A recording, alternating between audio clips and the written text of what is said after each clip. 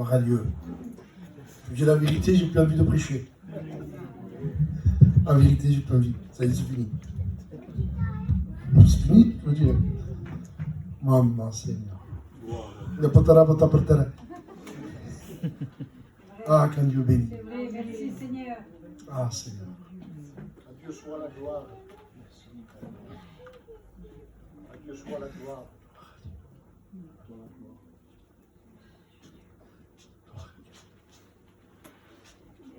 La présence de Dieu, on en a besoin. Amen. Et c'est vrai qu'il faut retrouver lui. C'est lui qu'on veut. Amen. Retrouver lui. Et quand on n'a pas lui, on est obligé de faire semblant. On ne peut pas faire autrement. Il faut le faire. J'ai pas de sous dans la poche, je suis obligé de faire semblant, je l'ai. Falach, moi je fais semblant. Et c'est difficile de vivre comme ça.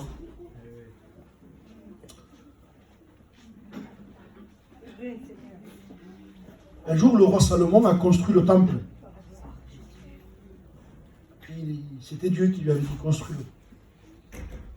Il a mis 7 ans pour le construire. Construire le temple. Je ne rentre pas dans tous les détails, être très simple ce soir. Et puis, il y avait, si vous voulez mieux, le parvis extérieur, le parvis intérieur, le lieu saint, et après il y avait donc le lieu très saint. Hein? Bon, je ne veux pas vous embêter avec ça, mais c'est juste pour vous faire comprendre que c'était l'endroit où on trouvait Dieu. Et dans le lieu très saint, il y avait donc un rideau entre le lieu saint et le lieu très saint, un rideau au milieu, et les sacrificateurs venaient dans cet endroit. Donc, sur la droite, il y avait la table des pains. Et sur la gauche, il y avait le chandelier. Et puis, ils étaient là. Mais ils n'étaient pas dans la présence de Dieu encore. Ils ne pouvaient pas rentrer.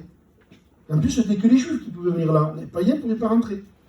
Et une fois par an, vous savez ça, que le grand souverain sacrificateur, il devait faire...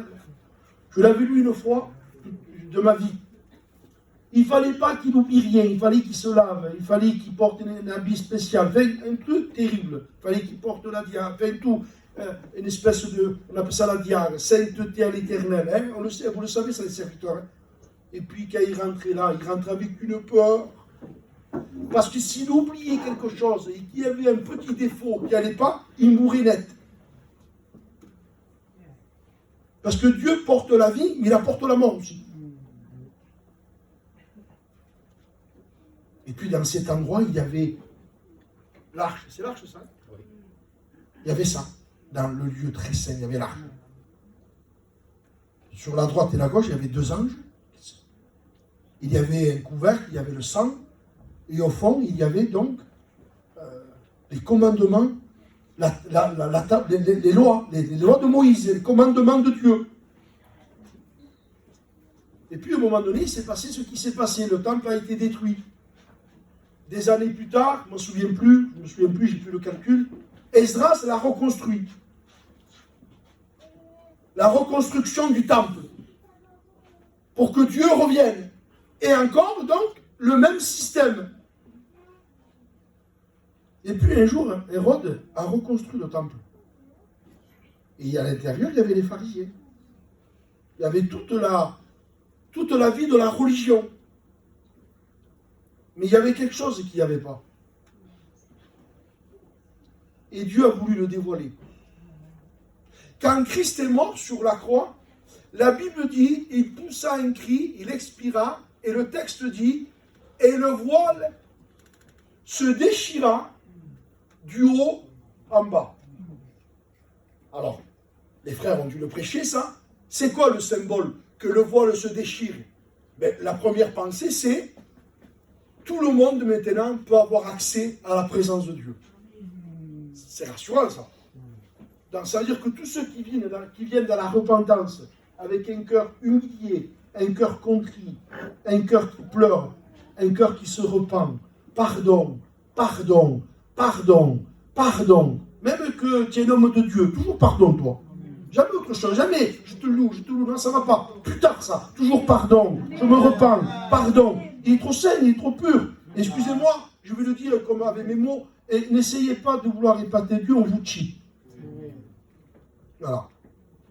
Serviteur de Dieu, tu verras, non, c'est pas vrai, il n'y en a pas eu. Même moi qui vous prêche, c'est pas vrai. On essaye d'aimer Dieu, mais on est rempli de défauts. Rempli. Ce qu'il y a, c'est qu'il y a certains qui se voient et d'autres sont cachés. C'est tout. Et c'est pour ça que Paul dit aux Romains, toi qui juges, il dit, ne juge pas que tu fais les mêmes choses. Il ne faut pas le faire, ça. Et toi, tu peux parler de notre cri. On est des êtres abominables. Voilà. Et si quelqu'un viendrait, tout bas, vous savez, des fois, on se rend pas. Quand j'étais jeune, il y a 25 ans, je me suis converti, et puis je lisais, je priais, je lisais, parce que la Bible, je l'ai lue, moi. Je la lisais, je la mangeais, je la dévorais. Et puis après, quand on redescend de la maison, j'habitais au 4e à l'époque, je ressentais, donc vous imaginez, j'avais lu toute la journée, j'avais pris les journées. Donc, à un moment donné, tu ne te rends pas compte, tu es touché par des esprits d'orgueil, de folie, et puis tu juges les gens, tu te crois meilleur que les autres, et puis l'école nous apprend qu'on ne vaut rien. Tu prends des coups, t'es qu'un homme. T'es qu'un homme que si quelqu'un te met une gifle, t'es capable de le tuer. T'es pas capable de tendre l'autre. On est des êtres abominables. Voilà. La Bible, elle nous révèle une grande chose, que nous sommes des très, très, très, très, très grands pécheurs. Et j'avais dit un jour, et je vous le dis encore ce soir, la conversion n'est que la révélation qu'on ne vaut rien. Mais ce qu'il y a quand on n'était pas chrétien, on ne le comprenait pas. Mais quand tu t'es converti, le miroir est venu. J'étais tout ça, moi. Mais oui, c'est parce que tu ne le savais pas. Et maintenant, je veux te le dévoiler pendant le cours de ta vie. Et plus vous allez vous découvrir, et plus vous allez voir l'être humain que vous êtes. Et plus vous allez comprendre que vous avez besoin de vous humilier. Et que vous avez besoin d'une vie de l'esprit. Et que vous avez besoin d'une vie de contact avec Dieu. Il n'y a que l'esprit qui peut te faire vivre Dieu. Il n'y a que l'esprit qui te permet d'être un homme de Dieu, une femme, un homme de Dieu, un homme humble, un homme qui pardonne, un homme qui sait te taire. Quand vous n'avez pas l'esprit, vous n'arrivez pas à vous taire. C'est plus fort que vous. Tu ne peux pas te taire, c'est impossible. Tu ne peux pas te taire. Il ne me pas tout. Ah, moi, il faut que tu dises la bouche dans la vérité. Non, c'est parce que tu n'arrives pas à te taire. Non, mais on est tous les mêmes. Voilà. Non, enfin, moi, j'ai la bouche. Non, tu n'arrives pas à te contrôler. Et tu mets sur le compte que tu aimes la vérité. Non, tu ne peux pas te contrôler. Tu es incontrôlable. Ah, il y a la bocca dans la vérité. Non, c'est pas, t'arrives pas tout le temps. Il ne me pas tout. Quand tu parles ici. Parce que le Saint-Esprit n'est pas à l'œuvre. Et on a besoin de s'unir. Avant qu'ils prennent la place, je ne sais pas, j'ai été attiré. Il témoignait. Vous avez vu qu'il y avait une onction qui a été témoignée. Hein? Et même, moi, quand témoignait, précieux passe. Des choses pour là. L'onction, des choses par là. C'est pas grave, même s'il aurait continué. Des fois, on casse les réunions parce qu'on veut la place, nous. Peut-être Dieu n'aurait pas voulu, c'est pas grave s'il aurait continué. Et même s'il aurait fait l'appel, on aurait fait l'appel. Le principal, c'est qu'on comprenne ce que Dieu veut de nous. On n'est pas là pour se favoriser, nous. On n'est pas là pour se mettre en valeur, nous. Quelle valeur? Mais dites-moi la valeur qu'on a. Ce matin, j'ai envoyé un texto à une dame qui nous prête le local à Tarascon. J'ai ouvert une église. On est 10 chrétiens. Mais la semaine, il y a 25, 30 convertis qui viennent. On commence à faire un petit travail, on sauve des âmes. Et puis, Madame Loupi, la propriétaire, elle a failli être maire de Tarascon. Elle est croyante. Elle vient à tout. Hier, elle est venue à la réunion, bouleversée encore. Elle vient écouter l'évangile. Monsieur Ray, bon, elle me parlait, merci pour vos prédications, merci pour ça, et merci pour ça. Là, elle me flattait un peu. Et ça me faisait plaisir, moi. Et moi, j'y envoie. Madame Loupi, je vous remercie pour votre message d'encouragement. Je voudrais vous révéler que le grand, le très très grand, le héros, c'est Jésus-Christ. Et je voudrais vous dire ce qu'un jour un grand homme de Dieu a dit dans ses épîtres. C'est le grand apôtre Paul. Il écrit dans Timothée, « Je suis le premier des pécheurs ». Il n'y a personne qui lui dit ça. Ça, il faut être un homme de Dieu pour le dire. Parce que nous, je suis le premier à la réunion, je suis le premier au culte, je suis le premier à dire la vérité, je suis le premier qui prie, je suis le premier qui jeûne. Et alors, tu es le premier des pécheurs. Ah non, mais plus pécheur, lui, comment? Toi, tu n'as pas compris l'évangile. Et Paul était tellement dans la présence de Dieu Il avait tellement de contact avec la lumière. Contact avec la lumière, mon Dieu, il dit, je suis le premier des pécheurs. Il dit, une parole, il dit, il dit, le dernier des apôtres. Le dernier? On ne va pas être le dernier, nous. Hein? Le dernier des apôtres, le premier des pécheurs. Et je suis le moindre de tous les saints. Le moindre. Et quel juste milieu. Le moindre de tous les saints. Je ne fais pas le humble ce soir. C'est parce que je sais qui je suis. Je suis le premier des pécheurs de cette salle. Ah non, frère, c'est lui là. Il est venu un païen. Et je voudrais te dire que je suis plus pécheur que toi encore. Le premier des pécheurs. Le dernier des saints. On est petits. On n'est pas grand-chose. Et je lisais tout à l'heure, pendant qu'il parlait, l'histoire du publicain. Je l'ai lu, j'avais envie de la lire, je le lisais. Et vous connaissez ça, ce pharisien-là?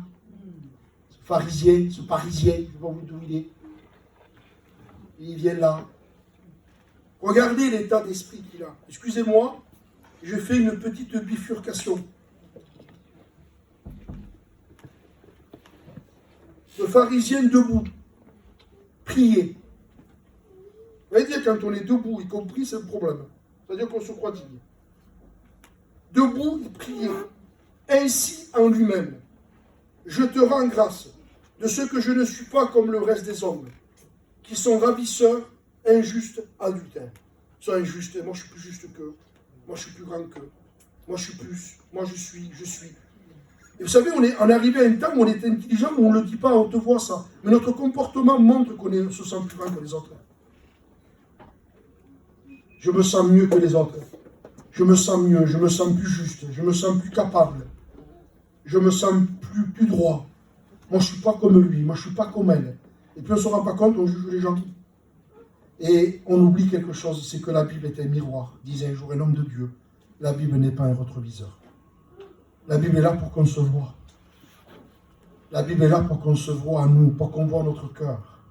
Pour qu'on voit notre cœur. Je rappelais en faisant la réunion à Montpellier, je crois que c'est lundi soir, je rappelais un petit peu les gens qui jugent. T'as vu ce qu'elle a fait, elle? C'est vrai, c'est grave ce qu'elle a fait. Toi, tu ne l'as pas fait, mais tu l'as pensé. Et elle est passée à l'acte. T'as vu ce qu'il a fait? Lui, il s'est battu, il y a tout un coup de poing. C'est vrai, il n'aurait pas dû le faire. Mais toi, tu l'as pensé, tu ne l'as pas fait parce que tu avais peur. Et combien de coups de poing spirituels on a donné aux gens? Tu passes. Bon, ton dire, genre. Tu as dit, tu portes qui passe, ça veut dire ce que ça veut dire. On a un cœur plein d'épines, on est mauvais. On est insupportable. Une fois, je prie un peu, parce que je prie un peu. Je prie un peu, j'essaie de prier un peu. Seigneur, comment tu fais pour me supporter? Je suis insupportable. Pourquoi, Seigneur? Pas possible, Seigneur, qu'on me supporte, qu'on m'estime stable. Pas possible que Dieu nous aime tant comme ça. Mais comment il fait pour m'aimer? Comment il fait pour t'aimer à toi? Encore plus, comment il fait pour t'aimer à toi? Comment Dieu fait pour nous aimer, frère? Mais vous savez ce que nous sommes ou pas? Vous savez ce que dit la Bible? Vous avez lu la Bible? Tu vois, mais pourquoi tu viens pour nous dire ça? Non, parce que je viens vous parler comme ça au début pour vous amener que si ce soir il y a de l'humilité, c'est là où on va être béni. Il a été béni parce qu'il a été humble. Il n'a pas été béni parce qu'il était bon. Il n'a pas été béni parce que... Non, il a été béni parce qu'il s'est abaissé. Et la fin du texte là, Jésus dit, quiconque s'élève sera abaissé, celui qui s'abaisse, je l'élèverai. Il est en train de parler du publicain. Et le publicain, il a un état d'esprit, il a une morale, il se croit juste, il se croit parfait, il se croit peut-être un bon gitan, il se croit quelqu'un de bien, il juge les gens. Regardez ce qu'il dit. Regardez ce qu'il dit. Je jeûne 2 fois, je donne la dîme, je vais à la réunion, et je lis la Bible, et je prie, et Jésus au baptême. Puis, d'un coup, on n'entend plus parler de lui. Vous savez, c'est humiliant quand quelqu'un nous parle. On l'élève, il me parle, et il me dit tous ses espoirs. Et mon époux, je fais ça, je me tourne, je me vais. Mon catastrophe, t'es qui je J'y ai parlé, il m'a laissé un plan. Jésus le laisse un plan. Qu'est-ce que tu fais, Jésus? Il le laisse planter. Je suis pas comme lui, je suis pas comme elle, je suis pas comme lui. Moi, je donne, je prie, je fais des missions. Je dis une fois, on fait des missions, mais souvent on a démissionné. Des fois, on fait des missions, mais ça peut être un cache-misère, tout ça. Je vous le promets que c'est vrai. Et puis je reviens à ça parce que la pensée, vous allez la comprendre. Il a déchiré le voile. Alors il révèle la grande rédemption. Il révèle le grand salut. Plus besoin d'aller au temple, plus besoin de prendre un agneau, plus besoin d'être vrai sacrificateur. C'est lui maintenant. On peut rentrer dans la présence de Dieu. Quelle grâce! Mais quand le voile s'est déchiré, il a révélé autre chose, le Maître Jésus.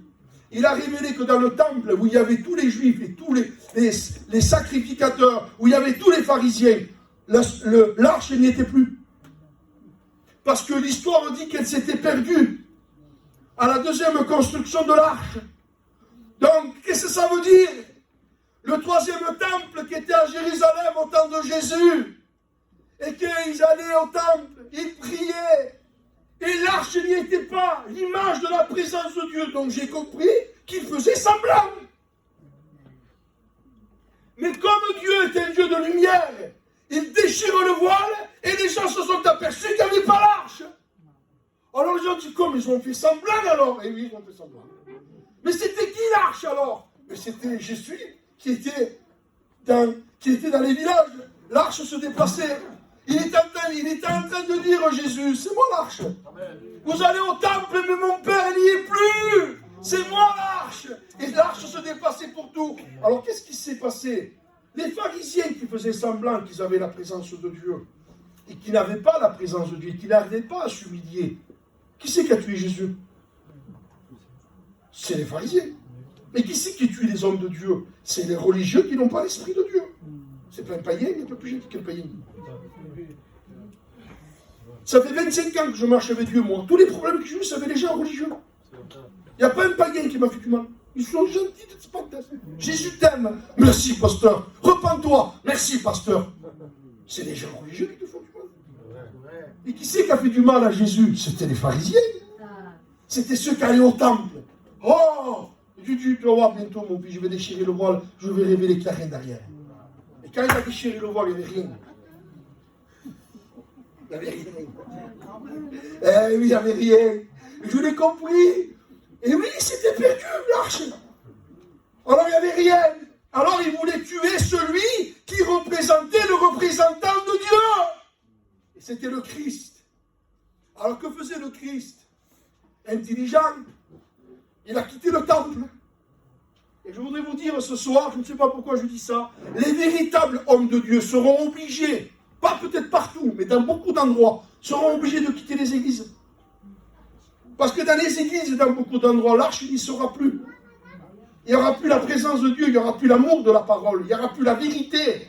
Tu ne pourras plus prêcher contre le péché. Tu ne pourras plus prêcher, tu ne pourras plus dévoiler. On te dira, frère, tu n'aurais pas dû le dire comme ça quand même. Hein? Ah oui, pourquoi tu dis ça, frère? Mais frère, je dis la Bible. Ouais, mais tu comprends. Là, j'ai compris, j'ai tout compris. Au revoir et bonsoir. Et tu seras obligé, nous serons obligés, je m'adresse aux hommes de Dieu ce soir, tu seras obligé de quitter les endroits. Jésus était obligé de quitter le temple. Il a essayé d'aller, évangile de Luc, il a essayé, il est rentré, selon la coutume, il a pris le rouleau, il a déroulé, je crois que c'est Luc, hein, il déroule le livre, ce n'est pas prévu ça ce soir, hein, on verra ce qui sera prévu après. Donc il déroule le livre, et il commence à lire une prophétie d'Isaïe, je crois que c'est Isaïe 61, et il lit cette prophétie, l'Esprit du Seigneur est sur moi. Mais les pharisiens, ils lisaient ça parce qu'ils attendaient le Messie qui arrive. Ah, je dis, c'est un jeune rabbin. Oui, il est bien ce jeune rabbin. Hein? Il est en train de rappeler la prophétie du Messie qui arrive. On l'aime bien, Jésus de Nazareth, le charpentier, le fils de Marie et de Joseph. Tout le monde l'aimait. Et puis, l'Esprit du Seigneur est sur moi, il m'a oint. Et patati, patata, il commence. Et il dit, la prophétie de ce texte est accomplie. Quoi? C'est toi le Messie? Oui, c'est moi le Messie. Vous le direz plus bas, il voulait le prendre, il voulait le jeter du temple. Mais je vous ai dit que Dieu est maître de moi. Oui, mais quand on n'a plus l'arche de Dieu, quand on n'a plus l'esprit, quand l'esprit n'était plus sur Saül, il voulait tuer David. Ceux qui étaient dans le temple, qui n'avaient plus l'esprit de Dieu, on voulait tuer Jésus. Moi, c'est quoi ta prédication? Ma prédication, c'est est-ce que tu as l'arche? Change le mot. Est-ce que Jésus est avec toi? Parce qu'après, ça peut arriver qu'on ait des mauvais moments. Je ne parle pas de ça, moi. Hein. Voilà, tout ça, vous savez. On trébuche tout de plusieurs manières. Ça arrive parfois, ça arrive. Hein. Trébuche hein, dans notre personnalité. Moi, Marion, vous savez qu'on est cousins, moi, Marion. En moucha, on dit, en Germans, famille rei. Oh, pour mourir. Donc, on est des hommes de sang, nous. Moi, dans le monde, j'étais un homme de sang. J'étais un homme en avant, et voilà. Et puis, on s'est converti. Et puis, on a le caractère. Et des fois, ça peut arriver. Mais qu'est-ce que tu fais? Pardon. Amen. Mais c'est ça, l'Évangile. Pardon. Pardon pas. Ah non, on essaie de justifier nos œuvres. Ah non, j'ai dit ça parce qu'il m'a dit ça. Comme tu ne veux pas te repentir, toi que tu n'es pas un homme de Dieu. Non, j'ai dit ça parce que ma moufoumoute, j'ai été touché. Je vous demande pardon, les frères. J'ai été touché dans mon cœur et j'ai réagi un peu, je vous demande pardon. Mais la repentance, c'est pour les hommes de Dieu. Non, non, on justifie tout, nous. On veut même justifier. Écoutez-moi, j'ai rencontré des hommes, ils veulent tout justifier. Leur attitude, leur jalousie. Ah non, un jour, un qui m'a dit, moi, j'ai rien contre toi, c'est eux. Non, frère, j'ai quelque chose contre toi, tu m'énerves. Et comme j'ai quelque chose contre toi, tu me contraries. Alors, Paul, je te demande pardon, écoute, on va prier ensemble. Pas, moi, j'ai rien contre toi. Et puis, je me sers de Max, de Koukouti, de Néné, de Founi et de Mario pour te tuer. Mais moi, j'ai rien contre toi. Non, on a vu que tu n'as rien contre moi. Menteur. Parce que ça peut arriver qu'on ait quelque chose contre quelqu'un. Ça peut arriver, frère. Hein? On n'est que des hommes. Hein? Mais on se soigne.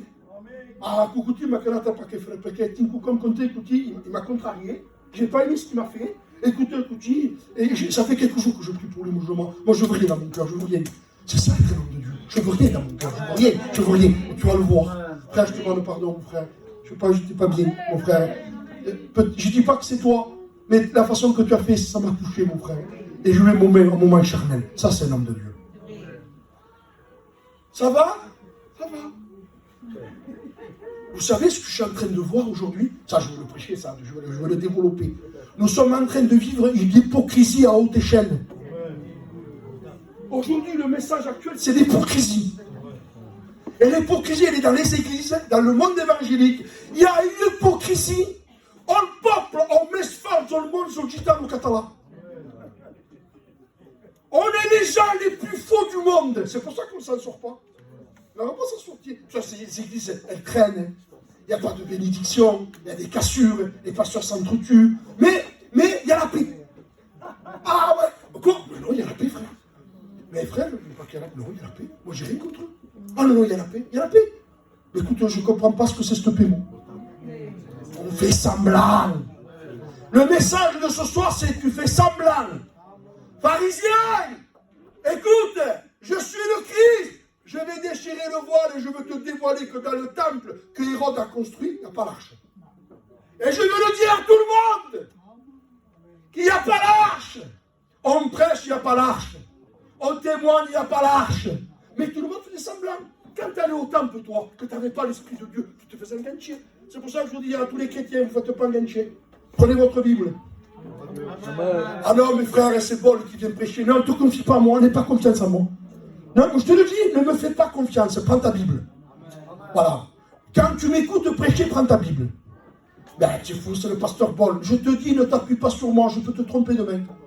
Il peut venir des mauvais esprits. Toi, tu ne le sais pas. Toi, tu te fies. Non, ne te fie pas. Ne vous fiez pas des hommes. La Bible, il est écrit dans Matthieu 7, verset 15. Prenez garde aux faux prophètes. Ils viennent à vous en vêtements de brebis. Mais ils vont dedans, il dit c'est des loups. C'est des loups. Alors c'est difficile, mais c'est une brebis ou c'est un loup. Attends, il dit, laisse un temps, il dit. Tu arriveras à les reconnaître à leurs fruits. Parce que c'est pas possible qu'on ait un berger qu'on fait du mal. On pète un berger et faire un mal. Pas pareil ça. Je suis un pasteur et j'ai commis un péché. Je suis un pasteur et j'ai fait mal à un de mes frères. Ça peut arriver, mais je me repens. Mais là, non, je suis pasteur et je fais du mal. Je fais du mal. Je fais du mal. Je ne comprends pas, moi. Je fais du mal. Je fais du mal. Non, non. Mais qu'est-ce que ça fait? Mais j'ai rien fait. Et je disais une fois, les plus grandes méchancetés sont dans les gentillesses. Vous savez ce qui s'est passé un jour, José? Il y a eu une guerre qui a duré 50 ans avec deux pays. C'était la Russie et l'Amérique. On appelait ça la guerre froide. Les deux se faisaient la guerre, mais sans être verbal, sans être mal poli, mais ils étaient en guerre. Mais pourquoi alors ils ne se disaient pas les choses? Parce que les deux avaient la bombe atomique, ils avaient peur. Ça veut dire, tu sais des choses pour moi, je sais des choses sur toi. Hein? C'est pas dire que je chante, tu dis que je chante.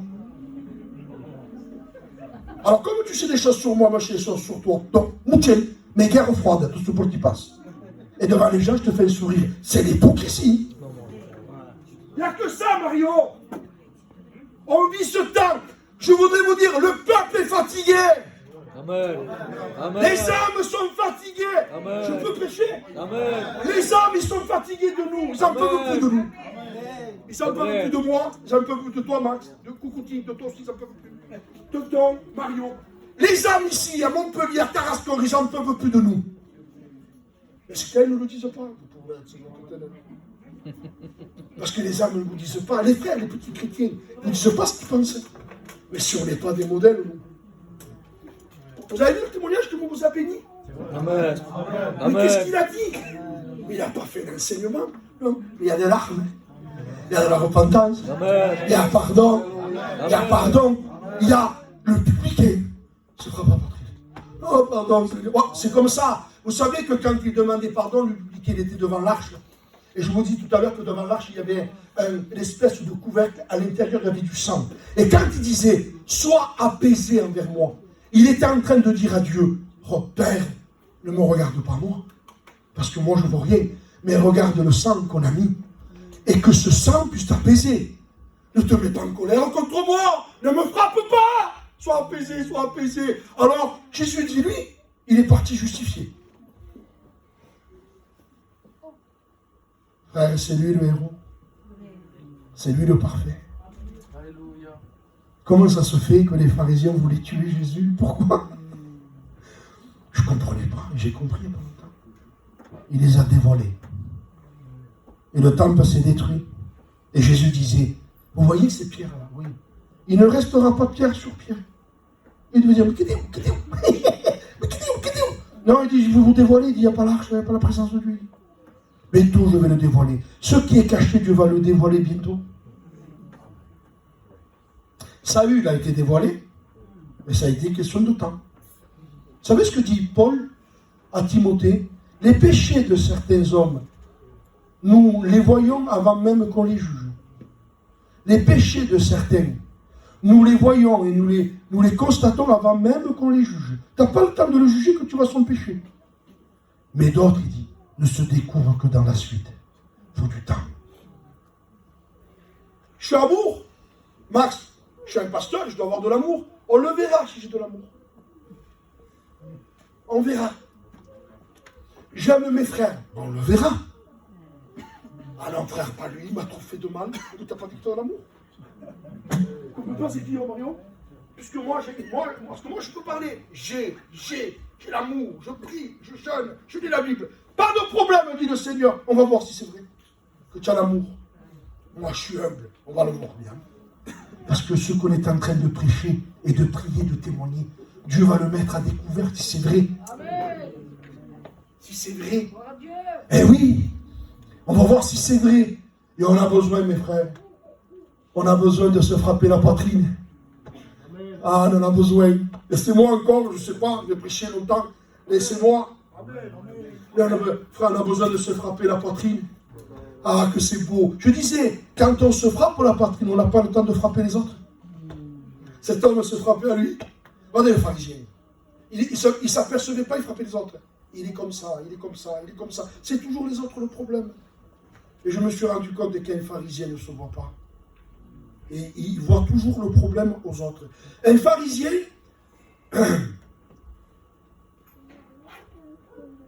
Il n'arrive pas à se voir.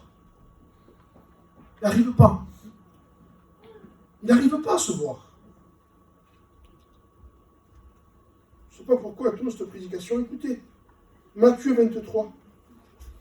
Restez bien assis. Alors Jésus, parlant à la foule et à ses disciples. Ah ça, j'ai aimé ça. Il ne dit pas Jésus parlant aux disciples. Non, il parle aux disciples et à la foule. C'est-à-dire, il veut tout caver. Il parle aux disciples, mais il parle à la foule. C'est-à-dire, il parle aux âmes. Il dit, venez, je vais vous parler quelque chose. Il dit, venez. Venez. Quoi? Les scribes et les pharisiens sont assis dans la chair de Moïse. Sont assis dans la chair de Moïse. Ça veut dire, un mot, ils étaient en train de se proclamer les législateurs de la loi. On a la vérité. Ne dites jamais ça, hein. Que jamais vous dites, on a la vérité. C'est Jésus la vérité. Nous, on n'a rien. Moi, je ne peux pas diriger la vérité. Non, c'est la vérité qui m'a à moi. Moi, j'ai rien. La vérité, c'est Jésus. C'est pas moi la vérité. La vérité, c'est Jésus. C'est quelqu'un qui dit, c'est nous la vérité. Et ne dites jamais ça aux âmes. Ne va pas là-bas. Ne va pas à cette église. Parce que nous, la vérité. Moi, je te conseille, quand on dira ça, va là-bas. Et ne viens pas ici. Si un jour quelqu'un vous dit, n'allez pas là-bas et venez là, c'est nous la vérité. Ne venez plus ici. Parce que nous, on ne prêche pas un clocher. On ne prêche pas des locales. Hier, je priais avec Okuti, on a fait la réunion hier soir. Et après-midi, on faisait le jeûne. Et je prie dans le local. J'étais là, je priais. Et j'ai cité un texte. Il commet dans mon cœur une révélation dans la prière. Jésus dit, je bâtirai mon église. Bah, j'ai aimé ce texte. C'est l'Esprit qui me le disait. Je bâtirai mon église. Et dans le prière du Seigneur, il n'y a que toi qui peux bâtir l'église. Nous, on peut bâtir des locales. Nous, on bâtit des cathédrales. Nous, on bâtit des choses religieuses. Nous, on baptise des gens par immersion. On baptise des gens, mais on ne peut pas baptiser de la régénération. Nous, on baptise des gens pour les amener dans l'eau. Mais celui qui donne un cœur nouveau, c'est Jésus. Nous, on met des gens, on met membres de l'église sur un papier. Mais Jésus, lui, il inscrit les noms de ceux qui se convertissent dans le livre de vie. Nous, on n'a pas ce pouvoir. Nous, on n'a qu'un pouvoir humain. Un pouvoir humain. Alors, il dit, Jésus, écoute, mon fils, ne te trompe pas. Hein. L'église, c'est moi qui l'ai bâtie. Hein. Et il est écrit que c'est le Seigneur qui a ajouté chaque jour ceux qui étaient sauvés. Mais essayez d'ajouter, vous. Essayez d'ajouter. Vous essayez d'ajouter des âmes à l'œuvre de Dieu. Si vous allez ajouter des âmes au local. Mais ces âmes que vous ajoutez, vous, plus tard, ils vont vous faire plein de problèmes. Et un jour, Watchman disait, quelqu'un qui n'est pas né de nouveau vous apportera les ténèbres à l'église. Oui. C'est pour ça qu'il y a plein de problèmes. Mon frère ne dit pas ça. Les églises sont bondées. Mais bondées de quoi? J'entends ça. Quelqu'un m'a appelé ce matin. Les églises sont bondées. Il n'y a pas de gens. Mais c'est quoi ces gens qui sont là? Est-ce qu'ils aiment Dieu? Est-ce qu'ils se repentent? Est-ce qu'ils sont passés par la nouvelle naissance? Est-ce qu'ils se sont séparés de leurs péchés? Est-ce qu'ils se sont repentis réellement? Donc c'est quoi les gens qui viennent? Pourquoi les gens viennent d'ailleurs? Quel est le message qu'on prêche? Un jour je disais dans une église, je prêche la repentance et le péché. Si les gens ne se convertissent pas et qu'ils restent à l'église, c'est ce que je fais mal mon travail. Parce que l'évangile produit deux choses, colère ou conversion. C'est obligé. Tu ne peux pas, c'est impossible que si tu prêches le vrai message de la croix, le vrai message de la lumière, le vrai message de la Bible, c'est obligé que les gens bougent. Amen. Les gens vont dire, je me repens. Amen. Et si les gens ne se repentent pas, ça dit là, moi, tout petit peu, mais c'est normal. Il entend la vérité, et la vérité ne veut plus près. Mais comment ça se fait que les gens se sentent bien dans des locales et ne se convertissent pas? Il faut se poser des questions. Les gens se sentent bien dans les églises. Tu vois comment se régalent à la réunion. Et alors tu te convertis? Qu'est-ce qui se passe? Non, tu as besoin de te convertir. Tu as besoin de venir au Christ. Frère, tout ça, ça va s'arrêter. Les locales vont s'arrêter. Jésus a dit, je bâtirai mon église. Et Jésus dit, écoutez bien.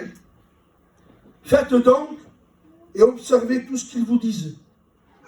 Faites donc et observez tout ce qu'ils vous disent. Mais n'agissez pas selon leurs œuvres. Car ils disent, ils ne font pas. Ça devient un problème. Hein. Ils disent et ils ne font pas. Ils disent et ils ne font pas. Ils disent, mais ils ne font pas. Ils ne font pas. Mais ils disent. Ils disent. Alors il dit, faites tout ce qu'ils vous disent. Mais n'agissez pas selon leurs œuvres, car ils disent et ne font pas. Ils lient des fardeaux pesants et les mettent sur les épaules des hommes, mais eux ne veulent pas les remuer du doigt. Ils font toute leur action pour être vus des hommes. Tout ce qu'ils font, c'est pour être vus des hommes. Tout. Tout. Et tout ce que faisaient les pharisiens dans le temple, c'était pour être vus des hommes. Puisque Dieu n'y était pas. Ils portent de l'âge phylactère. Ils ont de longues franges à leurs vêtements. Ils aiment la première place. Ils aiment la première place. Moi, quand j'ai lu ça, quoi? Ils aiment la première place. Un pharisien aime la première place. Ils aiment la première place. La première place, ils la veulent. Non, frère, je le sais que non. Mais moi, je te dis que oui, je te le jure que je le sais que tu la veux la face. Non, frère, si vous voulez les frères, moi, je suis là pour vous servir. Si ça serait vrai, tu n'aurais pas besoin de la place pour servir. Ils aiment la première place. Dans les festins, des premiers sièges dans les synagogues. Ils aiment les premiers sièges dans les synagogues. Ils aiment être salués dans les places, être appelés rabbi. Mais vous, ne vous faites pas appeler rabbi. Un seul est votre maître, le Christ. Vous êtes tous frères. Quelle parole, le maître. N'appelez personne sur la terre votre père, un seul est votre père, celui qui est dans les cieux. Ne vous faites pas appeler directeur, un seul est votre directeur, le Christ. Le plus grand parmi vous sera votre serviteur. Quiconque s'élèvera sera baissé, celui qui s'abaisse sera élevé. Et il continue. Malheur à vous! Malheur à vous! Scribes et pharisiens! Hypocrites! Quelle peur que j'entende le ciel qui me dise, hypocrite, malheur à toi, parce que vous fermez les hommes le royaume des cieux et que vous n'y entrez pas vous-même et vous ne laissez pas entrer ceux qui veulent. Ça veut dire qu'un mot, vous savez que les pharisiens ne voulaient pas que les gens religieux écoutent Jésus. C'est ça que veut dire le texte. Je le relis encore. Malheur à vous, scribes et pharisiens hypocrites, parce que vous fermez aux hommes le royaume des cieux. Le royaume des cieux, c'est qui? C'est Jésus. Le royaume des cieux s'est approché de vous. Et eux disaient, ne l'écoutez pas, hein. Ne l'écoutez pas, n'allez pas l'écouter, hein. N'allez pas l'écouter. C'est un illuminé, ne l'écoutez pas, il est dérangé. Et toi, vous savez que les gens disaient ça de Jésus, hein. Sa propre famille, hein. Il est hors de sens. Et toi. Et oui, ils voulaient le discriminer. Ils voulaient le discriminer, ils voulaient le salir. Alors, Jésus dit, parce que vous fermez aux hommes le royaume des cieux, vous n'y entrez pas vous-même. Et vous ne laissez pas entrer ceux qui veulent entrer. C'est-à-dire vous êtes en train d'empêcher. C'est le mot qui sort. Vous voulez empêcher les hommes de venir à Jésus. C'est ce que faisait Diotrephe, là. Diotrephe, il empêchait les hommes de Dieu de venir à l'église. Oui. Il les empêchait. Vous savez que vous en avez encore des Diotrephes au temps de chez nous? Il y en a encore. Oui. Il y en a. Un jour, un prédicateur a été voir un chrétien. Il a dit, tu vois les prédications de lui, tu les mets plus sur nos cubains? Ah ouais? Pourquoi? Il a fait quoi? Non, il ne me plaît pas. Voilà, c'est comme ça. Voilà. Ah oui, mon frère, oui. Il a dit, moi, raison, je voulais, il a menti. Non, tu ne mets plus ces prédications. Non, parce que tu es jaloux. Eh oui, la jalousie, mes amis. Alors les gens, ils empêchaient le peuple, ils empêchaient les âmes d'aller à Jésus. Écoutez, j'écoute encore, on ne veut pas ressembler à ça, mes frères. Je vous prêche ça de la prévention. Que Dieu nous garde de ressembler à ça. C'est de la prévention pour vous et pour moi. Il faut être humble et être vrai. Et s'il y a des points où vous êtes dévoilés, où je suis moi-même dévoilé, il faut s'humilier. Pardon. Il faut s'humilier, beaucoup. Ça ne va pas taper terre. Je veux me repentir. Je ne veux pas ce cœur. Je ne veux pas cette hypocrisie. Je veux être vrai. Amen. Je veux venir dans la lumière. Amen. Seigneur, je veux demander pardon à mes frères. Amen. Je veux demander pardon à ma femme, Béaou, à ma femme. Parce que ma femme, elle m'écoute, elle est là, ma femme. C'est avec elle que je vis. C'est avec elle que je me lève. C'est avec elle que je me couche. Elle me connaît, comment je vis, comment je parle, comment je fais. Elle sait tout, elle. Elle sait tout, comment je vis, comment elle le sait. Elle le sait si je suis humble. Elle le sait si je suis mauvais, orgueilleux. Elle le sait comment je suis. Et ma première église, c'est elle. Et je disais un jour, si un homme ne sait pas gagner sa femme, il ne gagnera jamais personne. Jamais. Avant de gagner des âmes, gagne ta femme. Avant de gagner des âmes, gagne tes enfants. Ça m'est arrivé de demander pardon à mes enfants pour eux. Pourtant, je n'avais pas fait grand-chose. Et je pleurais. Et pardon ou pas. Je n'aurais pas dû vous dire ça. C'était pas des gros mots, hein. Mais un comportement. Que des fois, on se perdait de nos enfants. Allez, mais Saint-Christ me dit, tu vas trop loin, tu vois. Mais pardon ou pas. Pardon à mes enfants. C'est pour ça que mes enfants, ils me regardent. Amen. Il se dit, lui, c'est l'homme de Dieu. Parce que quand on se repent avec nos petits, avec notre femme, notre mari, et qu'on dit, quelle femme de Dieu, ma femme. Elle me dit un petit mot de trop, elle pleure. C'est ça l'homme de Dieu.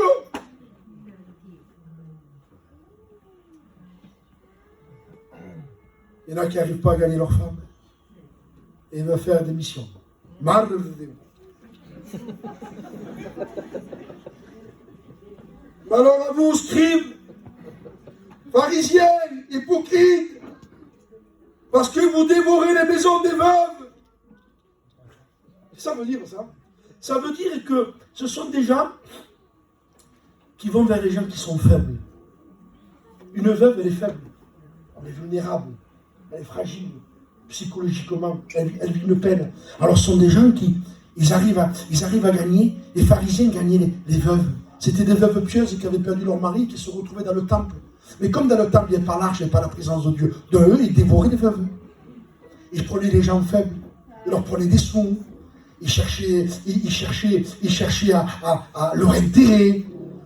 Vous voyez, ils se servaient des gens faibles pour faire attention, vous savez, de la psychologie. Il ne peut pas se dire le choix. Il te le dit pour que tu le dises toi. Tu ne m'engages pas, moi. Non, m'engages. Allô, il n'y a pas longtemps, ouais. Et Chacha, qui dit, je ne peux pas, frère. Pourquoi? Elle ne veut pas me former. Il y a de la psychologie. On essaie de dire quelque chose à Mario, et comme je ne peux pas le dire à Mario, moi, il va le prendre mal, alors j'essaye de passer un message pour que vous le dise.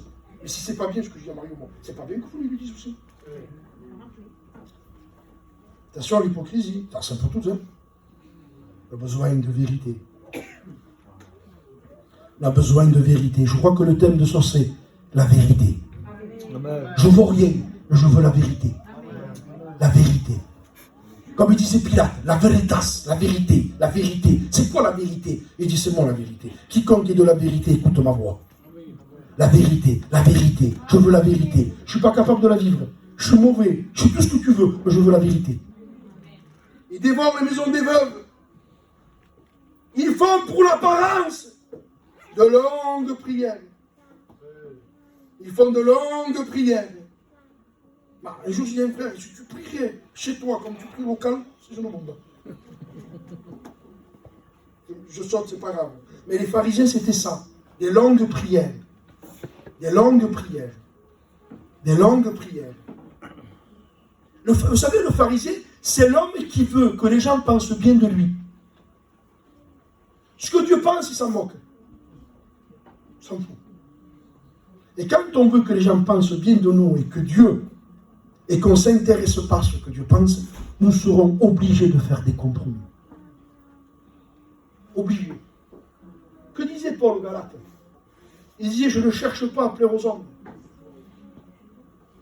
Si je serais un homme qui serait de plaire aux hommes, je ne serais pas serviteur de Christ.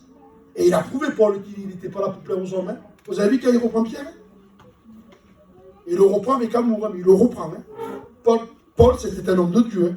Il cherchait à plaire à Dieu. Nous parlons, il dit, non pas pour plaire aux hommes, mais nous parlons pour plaire à Dieu qui sonde nos cœurs. Alors, ils font pour l'apparence. Malheur à vous, scribes et pharisiens. Écoutez bien, je vais bientôt terminer. Malheur à vous, scribes et pharisiens. Hypocrite. Il le dit encore, hein. T'es passe-pour. Hein. Hypocrite. Moi, je vais dire, on est pas mal. Hein. Non, hypocrite. Attention à l'hypocrisie. Attention à la fourberie. Attention à la perfidité. Être un homme perfide, pas droit, pas honnête, pas juste.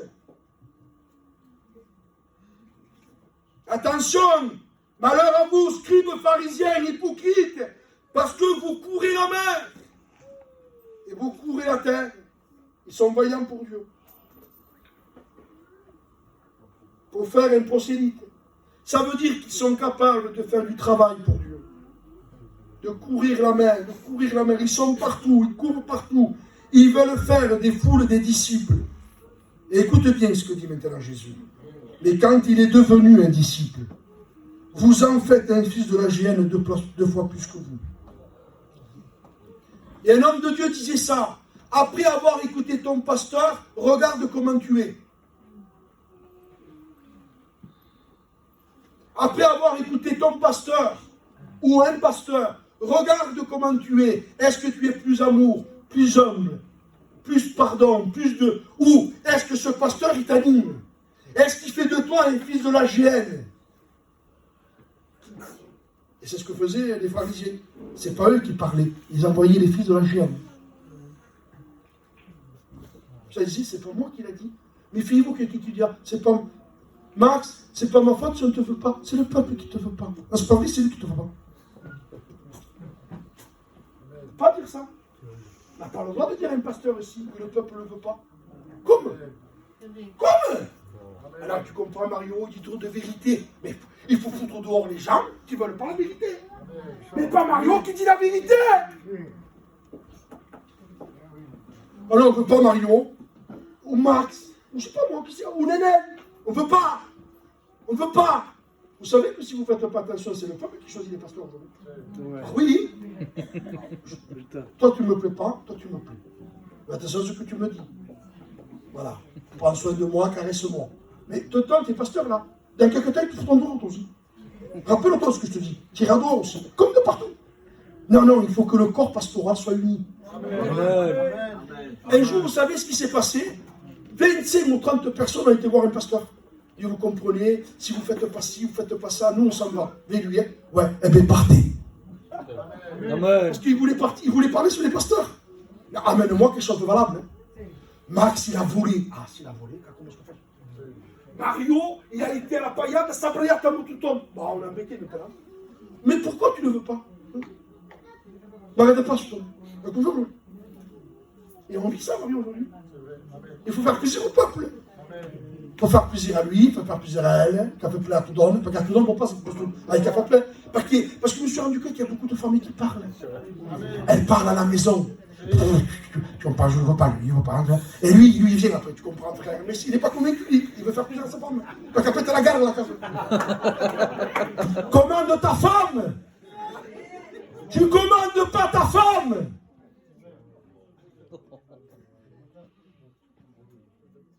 Moi j'ai vu, vous savez, j'ai vécu des choses dans 25 ans. Hein. Il y avait des femmes, elles ne me supportaient pas, mais j'avais rien fait, je prêchais la Bible.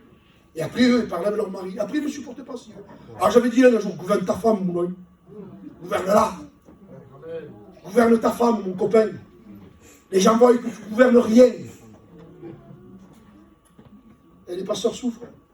On prend lui, on le fout là-bas au terrain. Après lui, on le fout dehors aussi. Après des nains, mais... Ma c'est blanc, quand elle est là, on fout dehors à lui aussi. Et après on fout dehors lui. Voilà, il n'y a jamais personne qui va. Alors moi, ça m'inquiéterait l'église qui me voudra moi et qui ne veut pas mes copains. Je ne l'en ferai pas. Je ne veux pas maintenant. On a des problèmes. Aujourd'hui, j'ai appelé un pasteur, on parlait. Frère, le problème, c'est qu'il n'y a pas des hommes. Il n'y a pas des hommes. Aujourd'hui, il n'y a pas d'hommes dans le. Il n'y en a pas d'hommes. On veut faire plaisir à tout le monde. Il ne faut pas contrarier lui. Il ne faut pas attrister lui. Non, frère, écoute-moi, Max. Ce qui s'est passé avec Mario, oui, c'est pas comme ça, musulman. J'ai analysé, j'ai calculé. Mon frère, tu as tort. Tu es un homme de Dieu. Tu n'aurais pas dû faire comme ça. C'est toi qui as tort. On ne parle plus. Non. Tu as raison et tu as raison. Alors, ça ne sert plus à rien qu'il y a la Bible, qu'il n'y a plus. Ça ne sert plus à rien. Plus besoin de pasteur, plus besoin de magistrat. Tout le monde a la raison. Voilà. Cosa digital ou ça? Mascalienta quel son en espagnol. Il n'y a que de l'hypocrisie. Mes frères, j'arrive à un âge, je suis fatigué. Je vous dis la vérité, je suis fatigué de tout ça. J'ai envie de m'occuper de ma petite œuvre, des âmes. Je peux pâcher, ouais. Les pasteurs me fatiguent. Vous me fatiguez. Et je me fatigue à moi aussi. J'ai besoin de lui. On a besoin d'hommes. Pas des hommes parfaits, mais des hommes. Paul dit, soyez des hommes. Des hommes qui maintiennent la vérité, la droiture, la justice, ce qui est pur. Vous savez que c'est le peuple qui a fait mourir Naboth? Vous savez? Vous connaissez l'histoire de Naboth? Je vous l'explique en 2 minutes. Je pêche qu'à minuit. Je vous explique cette histoire. Amen. Naboth, c'est un homme de Dieu. Il a son petit champ, tranquille. Et il y a Akab, il arrive, le roi Akab. Il regarde le champ, il dit, je veux ta vigne. Et lui, il dit, je ne peux pas te la donner. Car il est écrit dans l'Ancien Testament que je ne peux pas donner ma vigne. Non, je ne peux pas me défaire de l'héritage de mes pères. C'est écrit dans la Bible, je ne peux pas te la donner. Dieu m'a dit de garder mon héritage. Il rentre chez lui, il a une colère, il n'est pas content, il veut la vigne, il la veut, par force. Il se couche. Et il n'arrive pas à trouver le sommeil. Sa femme, Jézabel, vous savez ce que ça veut dire, Jézabel, en hébreu? Fumier. Jézabel, c'était une fumier. Et il y a des gens qui sont des fumiers dans l'œuvre. Il y a des chrétiens, des pasteurs fumiers. Voilà, que celui s'est enregistré, super, venez me voir. Il y a des pasteurs et des chrétiens fumiers. Ils font tout par l'arrière. Ils foutent des coups de couteau par l'arrière. Tu sais ce que c'est, je l'ai vécu, payer des coups de couteau par l'arrière. Bon, si tu passais, je l'ai pardonné. Mais j'aurais voulu faire ça. Tu viens de te battre, bon, payer, je vais y aller. Tout par l'arrière. Non, devant, sois l'homme.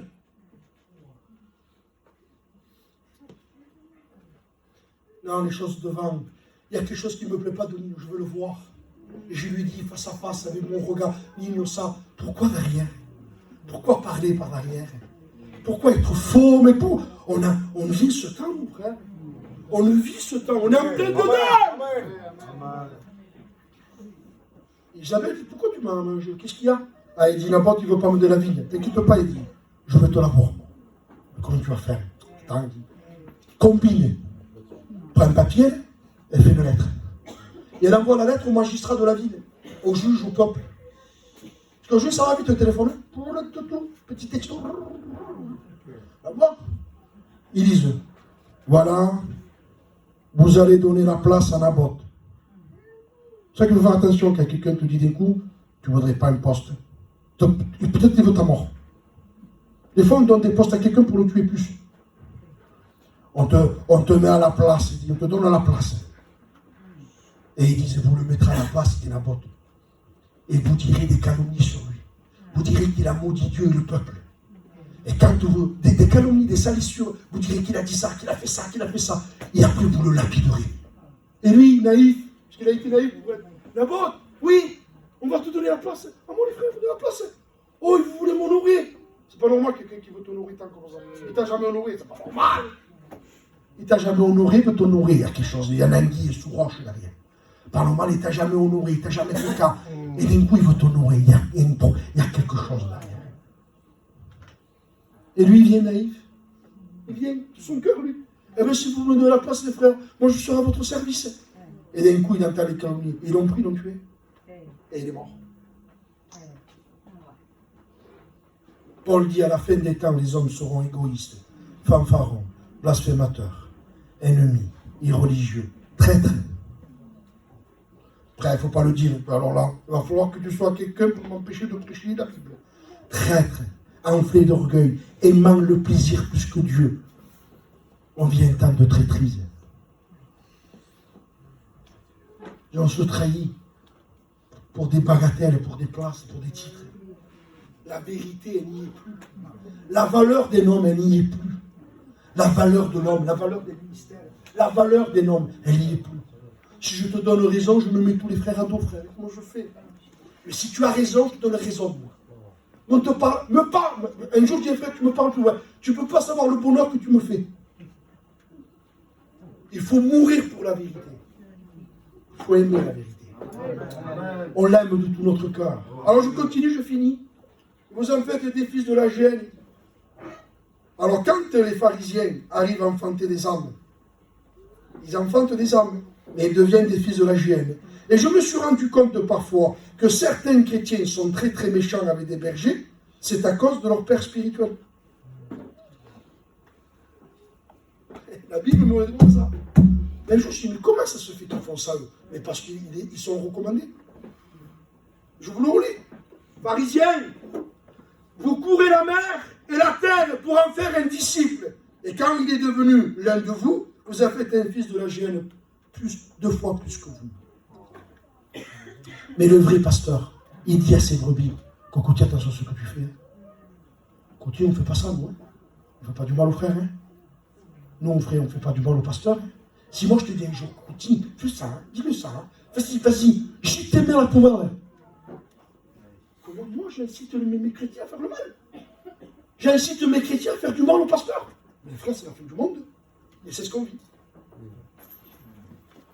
Alors si ton pasteur t'incite à faire le mal, ne l'écoute plus.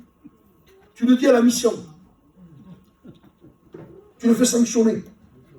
Malheur à vous, conducteur aveugle. Ça devient dangereux. Hein. Je veux conduire et je ne vois pas. Ben, attends, tu tombes. Hélène, pas de malheur. Non, mais l'espace, mon fils. T'estimes, bon, mais ça signe ou alors, on arrive même, t'es mon cousin, mon coufouli. Je veux conduire, les frères. Non, mon fils, là, tu comprends, ça part. Assis-toi, mon fils. On va conduire, nous. Toi, tu veux me tuer et je veux me tuer. Conducteur aveugle, tu veux conduire et tu es aveugle. Et je me suis rendu compte que les pharisiens voulaient conduire les choses étaient aveugles.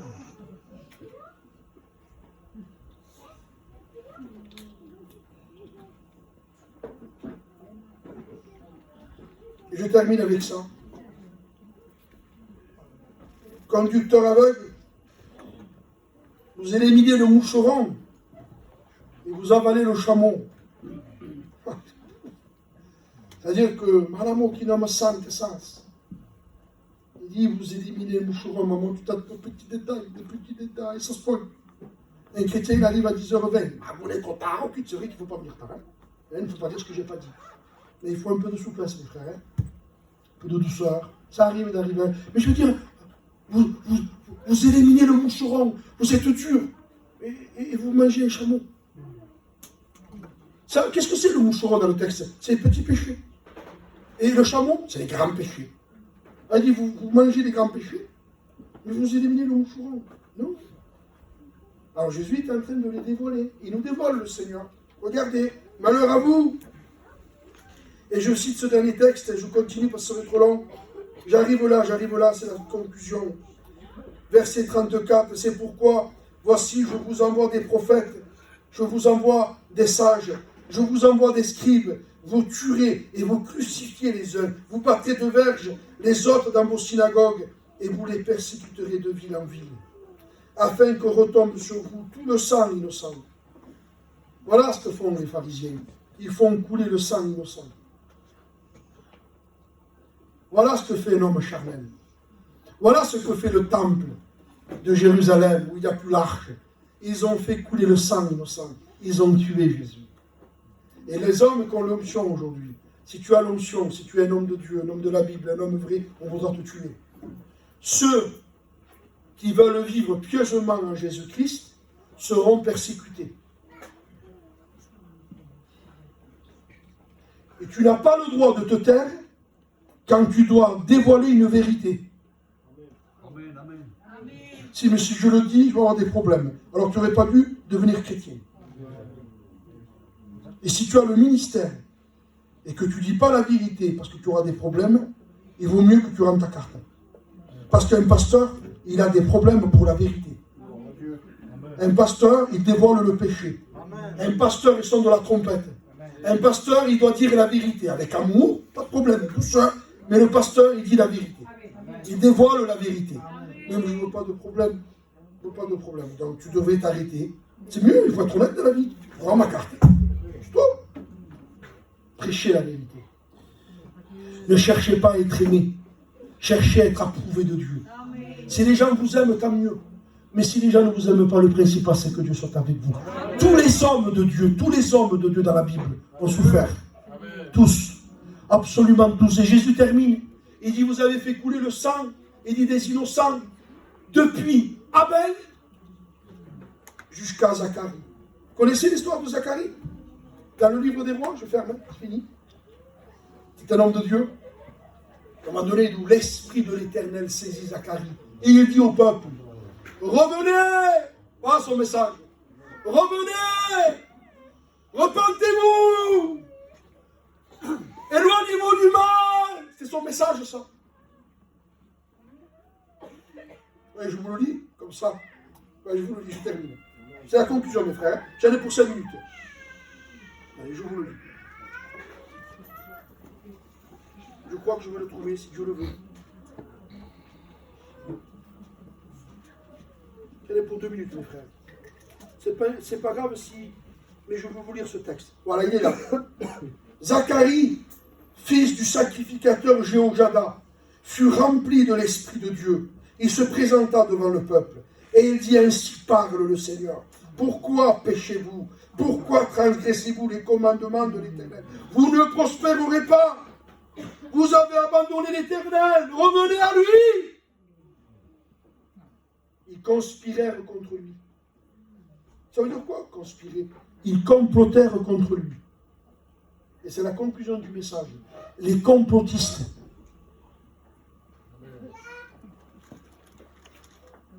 Et nous vivons le temps des complotistes. Ils complotèrent contre lui et le lapidèrent par ordre du roi dans le parvis de la maison de l'Éternel. Le roi Joas ne se souvint pas de la bienveillance qu'avait eue pour lui Jéhojada. Il fit périr son fils.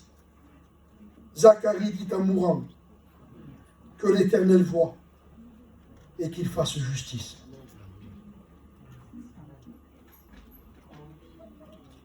Et je voudrais dire en finissant maintenant que l'Éternel voit et que tu fasses justice. Amen. Parce qu'il le fera. Puis dire en marche de prier.